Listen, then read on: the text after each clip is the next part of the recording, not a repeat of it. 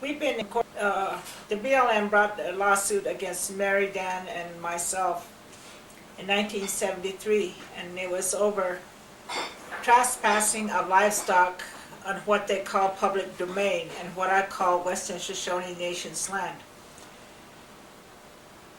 In 1983, I want you to understand that there is the Dann estate, which is the ranch itself. That's not Mary and Carrie Dann. That's the Dann estate. That's taken up under the laws of the United States through the white man's laws. And this is not what this lawsuit was about. The lawsuit in US v. Dann is not about the Dann estate. Those are two separate things. The Dann estate, it has grazing permit from the BLM. It was in good standing with the BLM until 1983. In 1983, the BLM did not send to the Dann estate grazing permits.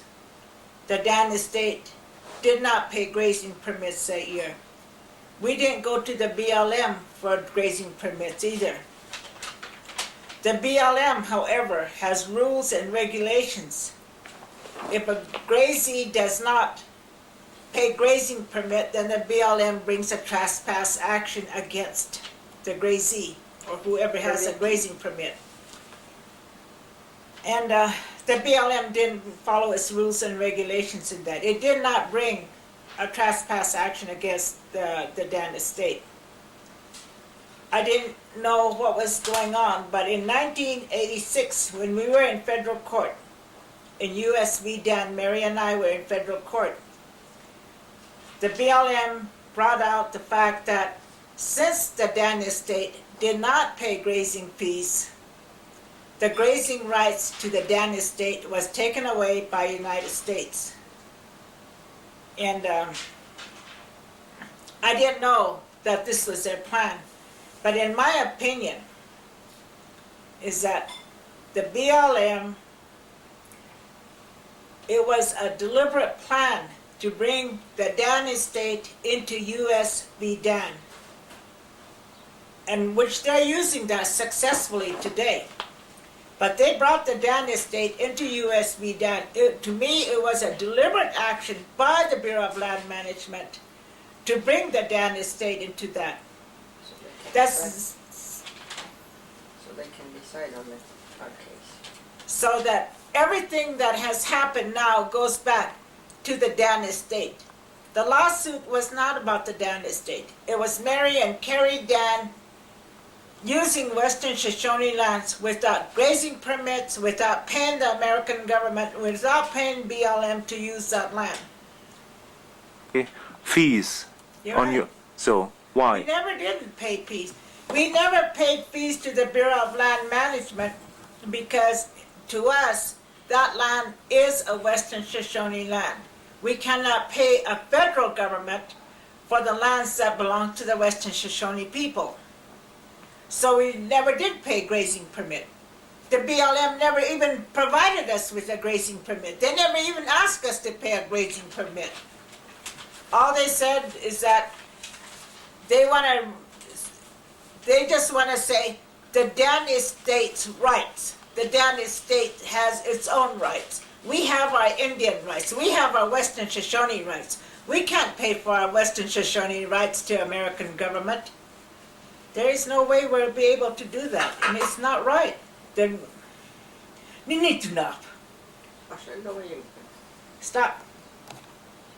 No, right. Okay. There's no courts in the United States that has ever addressed the Western Shoshone title. The only court that ever addressed Western Shoshone title was the Ninth Circuit Court of Appeals in San Francisco. And it ruled that Western Shoshone title was not extinguished. When the case went to the Supreme Court, it did not go on the title issue. It said, they found under the Indian Claims Commission that Western Shoshone title found to have been taken or encroached on. So therefore, it found that the lands were taken by United States in 1872. I look at it like this. In the Department of Interior accepted the Indian Claims Commission Award for $26 million on behalf of its trustees, and they used Timok bands. This one group of people, and it is called Timok bands. The Secretary of Interior accepted as a trustee for the Timok bands at $26 million. Now, I question this, is a trustee. We were a sovereign nation in 1863 when we made the treaty with the United States. We were a sovereign nation. And when did the United States become our trustee? I question that. And as a trustee, United States took that money. It wasn't the Indians that took that money. It was United States that took that money, that $26 million, on behalf of the Indians, on behalf of the Timok bands of the Western-Shoshone people. And by taking that, in the meantime, when United States took that money on behalf of the Western-Shoshone Indians, then what happens? What happens to, how did they become our trustees? That's a question number one I have. Okay. Then I have a question. How did the United States become a trustee over the Western-Shoshone sovereign nation? And the United States, as a trustee, it took the money for the United States. We were in a lawsuit against, or the United States brought a lawsuit against Mary and myself. We are members of the Western-Shoshone Nation. And by doing so, United States, or the Department of Interior, by accepting that money, put an end to that lawsuit on the title issue. There would no more be a title issue argument. The argument then happened in the United States. Did Western Shoshones get paid for the land? The Supreme Court said Western Shoshones were paid for the land.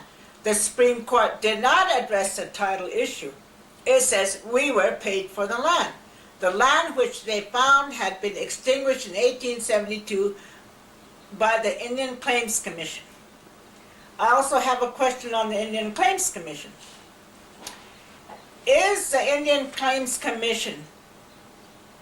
Was the Indian Claims Commission set up to extinguish title? Did it extinguish Indian title? Was it given that power to extinguish Indian title? But the fact then still goes back, if we were a sovereign nation in 1863 to have a treaty with the United States, how did the United States get the authority to make all these laws for us against us? Laws that they can use against the Western Shoshone people. That's what the Indian Claims Commission is. It's a set of laws whereby they say the United States took Indian lands, and I look at the word took and encroachment. I look at it in this way. If you are a democracy, you don't took or you don't encroach on other people's lands without their permission. I only look at it as a dictator and a tyrant will take lands of other people without their permission. And today I look at it like this. This isn't something that happened in 1872. This is what's happening now. United States is for the first time actually taking our land. And they are taking your horses and they're taking your cattle. And they will take my horses. They are taking my horses now. They're not taking them, but with my permission. They're seizing it the same way they seized our land. So they say. And this is what they're telling us, the court order. We have to follow court order. The court never decided on the title. I would like to see the land transfer from the Western-Shoshone Nation to the United States in 1872. I'd like to see this in documents. If it's not documented, and if it's not recorded, where Western Shoshones transferred their land to the United States, then to me, what they're doing is an absolute act of dictator.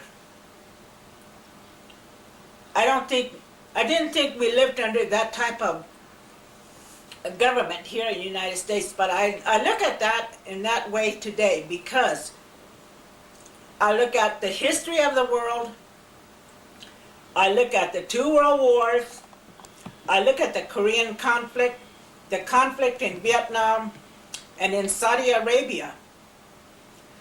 They go out there and they say, well, you know, these people, they have a right to live in freedom. They have a choice. That's true. They may have a choice. United States go in there and fight all these wars for freedom. But when it comes to the Western Shoshone Nation in having their own land, we don't have no choice. The United States say, we have taken your land, we have encroached upon your land. That's not right. Only dictators encroach. Tyrants encroach. And that is what's happening to us. They are absolutely seizing our land.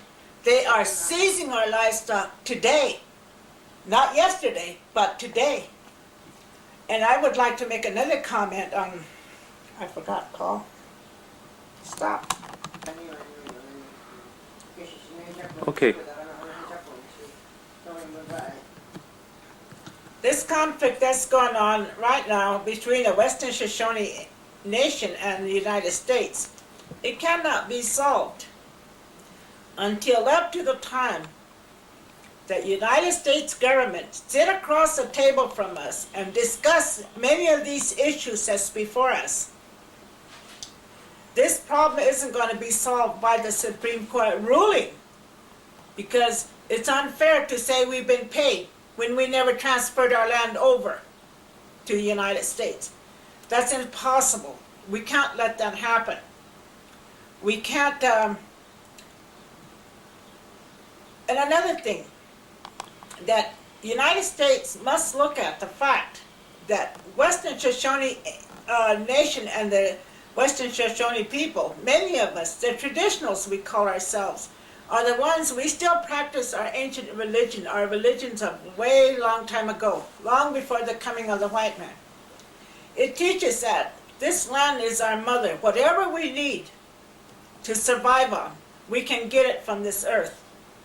And to us, it's very religious. It's a lot of sacred meanings to us, as the same as the water. Without the earth and water, without the air and the sun, there's no life. These are the 4 things. They represent life. United States cannot buy our lands. It's not for sale. United States can't buy the water. It's not for sale.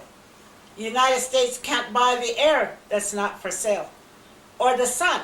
These are the things that we can never sell to another government. It represents life.